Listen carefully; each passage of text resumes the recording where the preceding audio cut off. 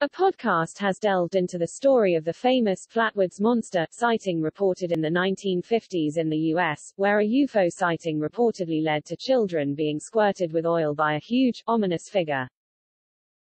The fabled extraterrestrial encounter supposedly occurred on a September night in 1952, when children playing in a field claimed to have seen a strange light shooting overhead. The children ran back to their mother Kathleen to tell her about the sighting, and Ashley Flowers, hosting the Supernatural podcast, described how the eerie event unfolded. The group ascended a hill where a bright flashing light and strange red glow was emanating from. As they get closer, suddenly there's this horrible smell, like some sort of burning metal or maybe sulfur, Ashley described. The boys' throats begin to itch, and Kathleen has a little trouble breathing. Everyone's eyes begin stinging. Whatever this is, it isn't coming from any ordinary meteor. Upon reaching the top of the hill, Ashley said the group encountered a large glowing mass that definitely isn't a meteor or a plane. But she acknowledged that their accounts of the object all differed when they described what they had seen later on. And the sighting soon became even more terrifying when one of the boys, Gene, was supposedly confronted by a huge monster. 15 feet away, just in front of a massive oak tree, there's this tall, dark and towering figure, just floating, Ashley continued.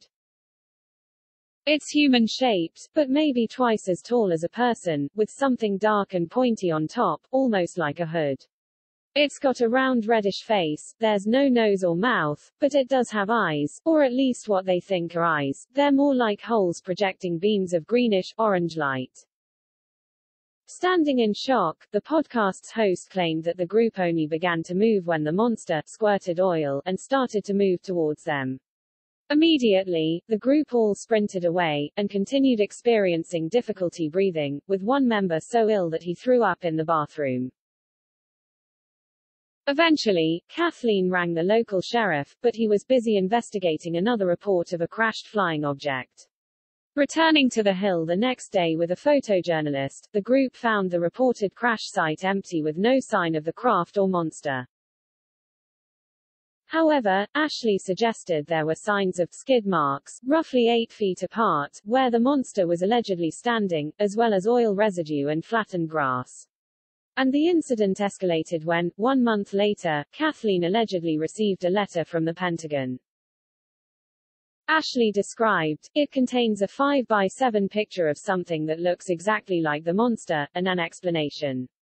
They say that on the night of the sighting, they sent out 4 experimental rocket ships.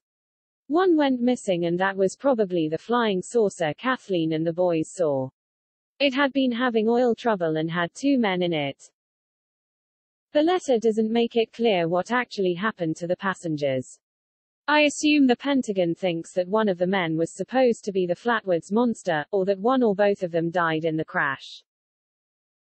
Regardless, something about the response just seems suspicious. They even allegedly ask Kathleen to keep this all a secret. And she does, she doesn't tell anyone about the letter for years afterwards.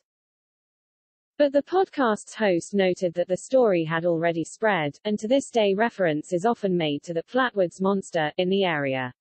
In the following years, Ashley explained that numerous theories were put forward about what the group of children and Kathleen might have witnessed that night.